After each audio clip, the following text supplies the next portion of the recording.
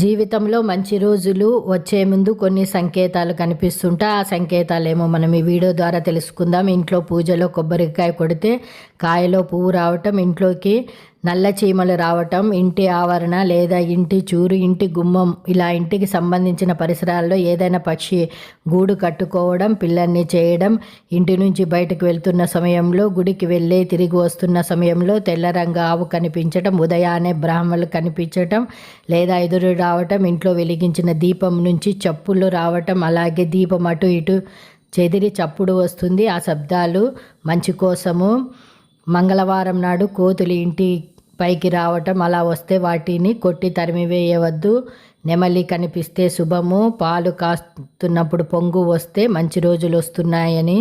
కొత్త జంట కనిపించడము లేదా ఎదురుపడడం, ఏదైనా పక్షి స్పర్శ శరీరానికి తగలటం లేదా పక్షి మీద వాలిన శుభము. ఇంట్లో